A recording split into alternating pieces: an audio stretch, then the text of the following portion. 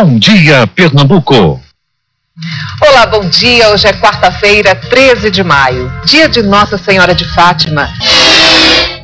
E nesta edição do Bom Dia você vai saber ainda quais são os direitos e deveres de um trabalhador autônomo, aquele que tem um pequeno comércio ou presta serviço para empresas sem ser empregado. Nesta quarta-feira, profissionais da área de Direito do Trabalho vão se encontrar para dar orientações gratuitamente em Olinda. Sobre o assunto, a gente vai conversar com o professor de Direito, Rômulo de Freitas. Ele é das Faculdades Integradas Barros Melo, a AESO.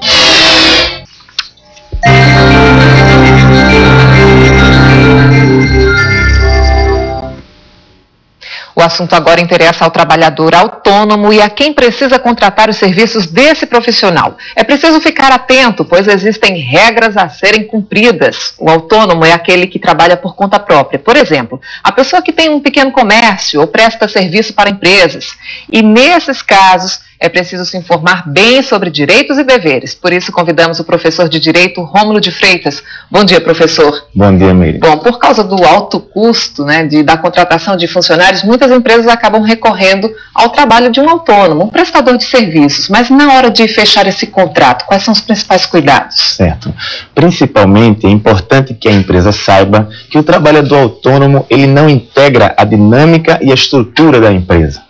Portanto, ele deve ser contratado para atuar em serviços e necessidades circulares ao fim da empresa. Precisa assinar um contrato? Precisa assinar um contrato, não é?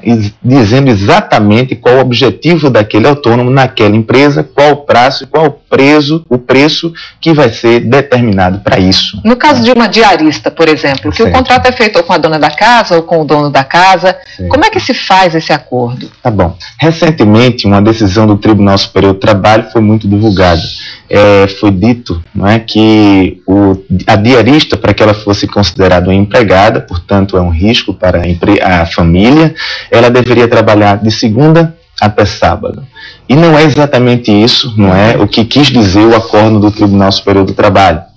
O acórdão do Tribunal, ele estava somente adotando uma posição que já tradicionalmente é uma posição dos tribunais brasileiros, que até 3 dias, né, trabalhando a diarista na residência da família, né, isso não caracteriza o emprego. Não tem um vínculo direto, não né? Tem. Mas quando ele vai explicar essa situação, ele diz que era uma decisão que na vara do trabalho de Curitiba e o Tribunal do Paraná tinha reconhecido o vínculo de emprego porque o empregado a empregada, a diarista, ela trabalhava 2 e 3 dias. E o Tribunal do Trabalho disse que não há vínculo de emprego e deu um exemplo. Por exemplo, quando o empregado doméstico trabalha de segunda a sábado, não é? Isso aí é uma situação que normalmente acontece nas casas brasileiras e, inclusive, tem um repouso semanal. E tem gente que até contrata uma diarista para trabalhar 1 dia ou 2 na semana. Exatamente. E é preciso pagar férias, 13º salário, tanto no caso da diarista ou também, por exemplo, um encanador, um eletricista que faça serviços eventuais em empresas, ou não? Não. O diarista, né, todo trabalhador autônomo no Brasil, ele não tem acesso aos direitos seletistas, né, que são reservados aos empregados, que são aqueles trabalhadores que trabalham com subordinação, que quem chama eles para trabalhar dirige o trabalho deles, não é? Esses são os empregados, né? Então, quem não é empregado não tem direito a 13º, férias e assim por diante. Mas ele pode se programar, por exemplo, para ter algum benefício do INSS futuramente? Sem dúvida nenhuma. Como é que ele faz isso? Exatamente. O autônomo no Brasil, ele pode atuar como contribuinte individual. Então, ele pode ir à agência do INSS ou até no próprio site do INSS, o www.previdencia.gov.br, e fazer a sua inscrição.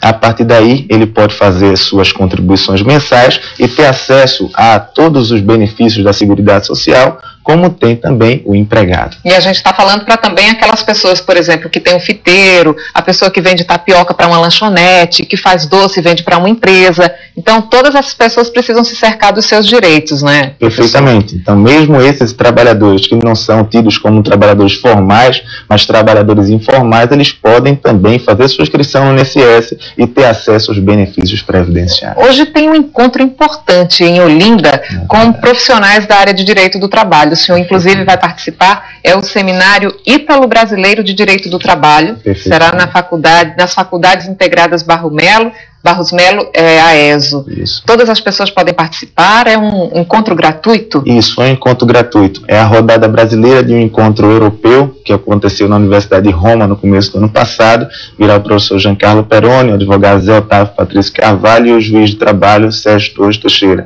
para falar sobre assuntos e aspectos dessa temática, os limites entre o direito do trabalho e a proteção ao trabalhador autônomo no Brasil. Bom, e quem quiser participar, precisa fazer a inscrição lá na hora, tem que ligar antes? Pode acessar o site, fazer a inscrição no site www.barrosmelo.edu.br ou www.aeso.br ou ligar para o seguinte telefone, 21289797 e tem informações complementares. A gente agradece muito aqui as suas orientações no Bom Dia Pernambuco, sucesso no encontro, e a gente espera que muita gente vá, porque são 530 vagas, né? É sim. Muito obrigada, um bom dia para o senhor. Eu que agradeço.